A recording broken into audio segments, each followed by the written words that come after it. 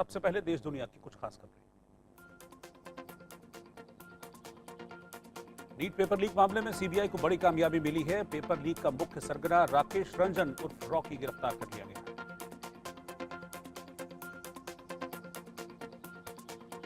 CBI को राकेश रंजन उर्फ Rocky की 10 दिन की रिमांड मिली है। रॉकी से पूछताछ में कई बड़े खुलासे हो सकते हैं।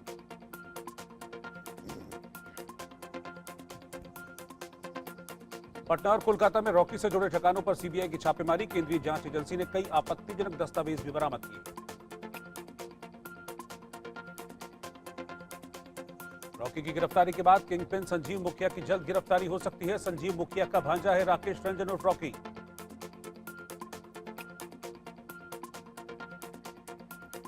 नीट पेपर लीक के मास्टरमाइंड संजीव मुखिया का बड़ा राजदार है रॉकी। झारखंड में संजीव मुखिया गिरोह का खास एजेंट है रॉकी। रॉकी ने नीट पेपर लीक के बाद उसका जवाब तैयार करने के लिए सॉल्वर्स का जुगाड़ किया था। रांची और पटना के एमबीबीएस स्टूडेंट्स को सॉल्वर्स के तौर पर इस्तेमाल किया गया था। रॉकी की गिरफ्तारी के बाद सीबीआई को कई अहम सुराग मिलने की उम्मीद है। सॉल्वर्स के बारे में भी अहम जानकारी मिल सकती है। पेपर लीक के आरोपी अमन सिंह की गिरफ्तारी के बाद रॉकी तक पहुंची सीबीआई की टीम। सीबीआई ने अमन को झारखंड के धनबाद से गिरफ्तार किया था।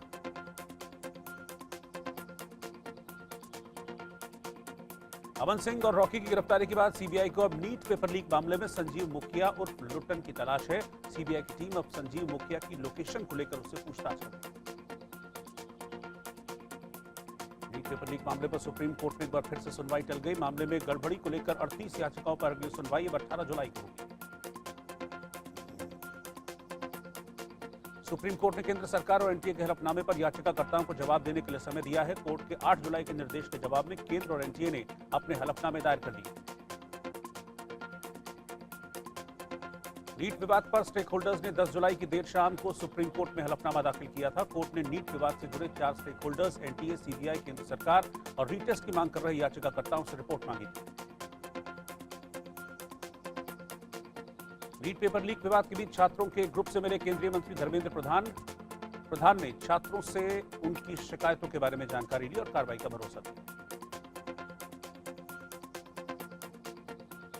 केंद्रीय मंत्री धर्मेंद्र प्रधान के आवास पर छात्र मुलाकात करने पहुंचे थे। धर्मेंद्र प्रधान ने नीट पेपर लीक के दोषियों के खिलाफ कड़ी कार्रवाई का भरोसा दिया। राजस्थान में करीब 2 साल पहले हुए रीट पेपर लीक मामले में ईडी ने पहली गिरफ्तारी की। पेपर लीक गिरोह का मुख्य सरगना प्रदीप पाराशर गिरफ्तार। रीट पेपर लीक के आरोपी संदीप पाराशर की उसके घर से गिरफ्तारी हुई है। कोर्ट ने आरोपी को 3 दिन की रिमांड में भेजा। 3 दिन तक पूछताछ करेगी ईडी की टीम। जयपुर में स्ट्रांग रूम से रीट पेपर लीक कराने का आरोप। ईडी रिमांड में पूछताछ के दौरान अहम खुलासे हो सकते हैं। रीट पेपर लीक के मास्टरमाइंड प्रदीप पाराशर से पैसे के लेन देन को लेकर हो रही पूछताछ। एसओजी से मिले इनपुट के आधार पर ईडी ने गिरफ्तार किया। एसओजी की जांच में 1.25 करोड़ में रीट पेपर बेचने का खुलासा हुआ था। पेपर स्ट्रांग रूम में निकालकर कोचिंग संचालकों और नकल गिरोह तक पहुंचाए गए। पीएम मोदी ने 23 जुलाई को पेश होने वाले केंद्रीय बजट से पहले अर्थशास्त्रियों के साथ बैठक की। इस दौरान केंद्रीय वित्त मंत्री निर्मला सीतारमण भी मौजूद रही। पूर्व आईएएस अधिकारी मनीष वर्मा को जेडीयू में बड़ी जिम्मेदारी मिली है। सीएम नीतीश कुमार ने बनाया पार्टी का महासचिव। नीतीश कुमार के करीबी माने जाते हैं मनीष वर्मा। रूस के सेंट पीटर्सबर्ग में आयोजित 10वीं ब्रिक्स संसदीय मंच की बैठक में शामिल हुए ओम बिरला। कहा, ब्रिक्स विश्व व्यवस्था को बना रहा अधिक लोकतांत्रिक। यूपी के हापुड़ में केंद्रीय मंत्री प्रहलाद जोशी ने आवास विकास क्षेत्र में स्थित राशन की दुकान और भारतीय खाद्य निगम का निरीक्षण किया। कहा, स्टोरेज व्यवस्था और बांटने की व्यवस्था दुरुस्त होनी चाहिए। गोदाम क्षमता बढ़ाने का हमारा लक्ष्य है। भारतीय वायुसेना का दल ऑस्ट्रेलिया के डार्विन एयरबेस पहुंचा। रॉयल ऑस्ट्रेलियन एयरफोर्स के साथ पिच ब्लैक युद्धाभ्यास में दिखाएगा अपना शौर्य। करीब 3 सप्ताह चलने वाले युद्धाभ्यास में 20 से ज्यादा देश कर रहे हैं शिरकत। 140 एयरक्राफ्ट और 4400 सैनिक वॉर एक्सरसाइज में हिस्सा लेंगे। मध्य प्रदेश के शिवनी में नशा मुक्ति केंद्र के नाम पर आदिवासी युवक से बेरहमी। कांग्रेस नेता सुधीर जैन ने जमकर पीटा। महिलाओं के साथ मिलकर युवक को पहनाई जूतों की माला। भारत के मुख्य न्यायाधीश डीवाई चंद्रचूड़ ने सुप्रीम कोर्ट के मुख्य परिसर में मल्टी फैसिलिटेशन सेंटर का उद्घाटन किया। ये सुविधा सुप्रीम कोर्ट की ओर से सभी नागरिकों को दी जाने वाली सेवा की गुणवत्ता को बढ़ाएगी। पूर्व अग्निवीरों को सीआईएसएफ बीएसएफ में 10% आरक्षण। पहले बैच में आयु सीमा में 5 साल की छूट मिलेगी। फिजिकल टेस्ट भी नहीं होगा।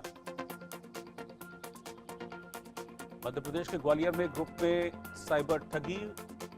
फ्रॉडस्टर्स ने नगर निगम के व्हाट्सएप ग्रुप पर साइबर अटैक करते हुए कुछ एपीके फाइल्स भेजी थी। फाइल को निगम के डिप्टी कमिश्नर सहित 3 अन्य कर्मचारियों ने खोला तो उनका फोन हैक हो गया और उनके बैंक खातों से रुपए निकाल लिए। जम्मू कश्मीर के रामबन में बीच सड़क पर ट्रक में भीषण आग लगी। देखते ही देखते पूरा ट्रक जलकर खाक हो गया। समय रहते ड्राइवर ने कूदकर अपनी जान बचा ली। यूपी के बाराबंकी में बाढ़ से हालात बिगड़े। पानी में डूबी सड़क तो नाव से बारात लेकर शादी तक पहुंचा दूल्हा। सरयू नदी का जलस्तर खतरे के निशान से ऊपर है।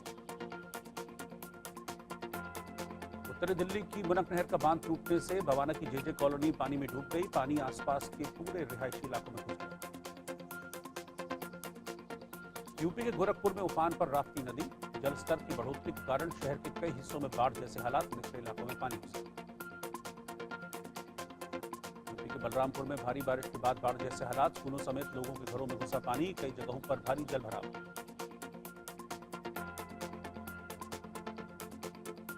यूपी के बलरामपुर में बाढ़ से बिगड़े हालात। सीएम योगी ने बलरामपुर के बाढ़ प्रभावित इलाकों का हवाई सर्वेक्षण किया। अधिकारियों को राहत और बचाव के लिए दिए जरूरी निर्देश।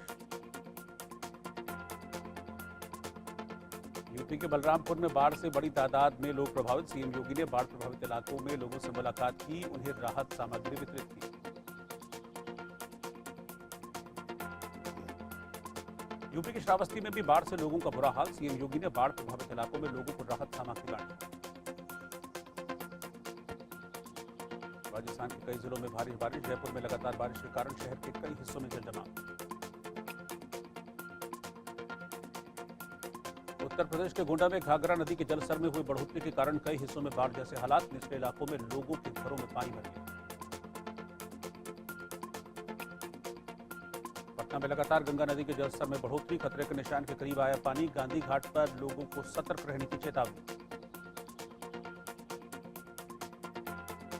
मध्य प्रदेश के ज्यादातर इलाकों में मूसलाधार बारिश। छतरपुर में भारी बारिश के कारण सड़कों और सरकारी कार्यालय में जलभराव। गुजरात के कई इलाकों में झमाझम बारिश। सूरत समेत कई हिस्सों में बारिश से सड़कों पर भरा पानी। भारी बारिश से लोगों की बढ़ी परेशानी।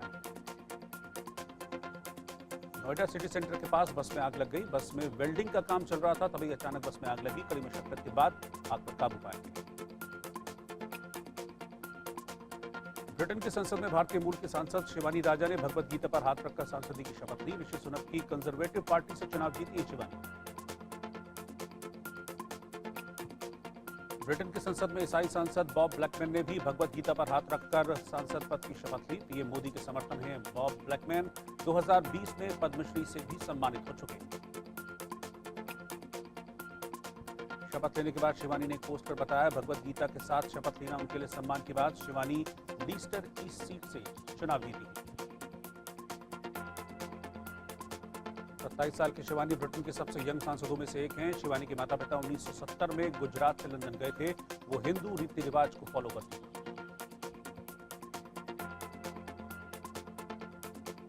सांसद बनने से पहले कॉस्मेटिक ब्रांड के साथ काम करती थी शिवानी। ब्रिटेन में इस बार भारतीय मूल के 107 प्रत्याशियों ने चुनाव लड़ा था, जिनमें से 29 को जीत मिली। पाकिस्तान में सऊदी एयरलाइंस के प्लेन में आग लगने से 10 लोग घायल। पेशावर में विमान की इमरजेंसी लैंडिंग की गई। आपातकालीन दरवाजे से लोग निकाले गए बाहर। रिपोर्ट्स के मुताबिक लैंडिंग गियर में कुछ खराबी के चलते हादसा हुआ। विमान की लैंडिंग के दौरान हादसा हुआ। रियाद से पेशावर आई थी फ्लाइट। पाकिस्तान के राष्ट्रपति आसिफ अली जरदारी का नवाज शरीफ की पार्टी को लेकर बड़ा बयान। कहा नवाज शरीफ की पार्टी सरकार चलाने में पूरी तरह से नाकाम। केंद्र और पंजाब में शहबाज शरीफ की पार्टी मुस्लिम लीग को बिलावल की पार्टी का समर्थन हासिल है। बिलावल के पिता और पीपीपी के पूर्व अध्यक्ष हैं राष्ट्रपति आसिफ अली जरदारी। सीमा पर चल रहे विवाद के बीच भारत को लेकर चीन के बदले सुर। भारत के साथ काम करने की जताई इच्छा। चीनी विदेश मंत्री चोंग-जी ने कहा, बॉर्डर इलाके में जमीनी हालात से जुड़े मुद्दों को ठीक करने के लिए भारत के साथ मिलकर काम करना चाहते हैं। भारतीय विदेश मंत्री एस जयशंकर के साथ हालिया मुलाकात के बाद आया है चीनी विदेश मंत्री का बयान। 26 जुलाई से शुरू हो रहा है भारत का श्रीलंका दौरा। श्रीलंका क्रिकेट बोर्ड ने 3 वनडे और 3 T20 मैचों की सीरीज का पूरा शेड्यूल जारी किया। नए शेड्यूल के अनुसार T20 सीरीज का पहला मुकाबला पल्लेकेले में 26 जुलाई को शाम 7 बजे से खेला जाएगा। वनडे सीरीज की शुरुआत 1 अगस्त से कोलंबो में होगी। भारत के दौरे से ठीक पहले श्रीलंका के T20 कप्तान वनिंदु हसरंगा ने कप्तानी से इस्तीफा दे दिया। कहा, बतौर खिलाड़ी बेस्ट परफॉर्मेंस दूंगा। भारतीय टीम के नए हेड कोच गौतम गंभीर का पहला असाइनमेंट होगा यह दौरा। 2 दिन पहले टीम इंडिया के हेड कोच बने हैं गौतम गंभीर। हेड कोच के तौर पर सैलरी कॉन्ट्रैक्ट पर अभी तक गौतम गंभीर ने साइन नहीं किया है। द्रविड़ के बराबर हो सकती है सैलरी। 2027 तक रहेगा कार्यकाल। श्रीलंका क्रिकेटर सनत जयसूर्या भी इस दौरे से पहले इंटरनेशनल कोचिंग करियर की शुरुआत करने वाले हैं। श्रीलंका के पूर्व दिग्गज बल्लेबाज हैं जयसूर्या। रोहित शर्मा के संन्यास के बाद भारत का T20 कप्तान चुनना बाकी। हार्दिक पांड्या को सौंपी जा सकती है कमान। वो T20 वर्ल्ड कप में भारतीय टीम के वाइस कैप्टन थे। गुरुग्राम में सीएम नायब सैनी ने T20 क्रिकेट विश्व कप विजेता टीम के सदस्य युजवेंद्र चहल से मुलाकात की। सीएम ने उन्हें मेडल और स्मृति चिन्ह भेंट कर सम्मानित किया।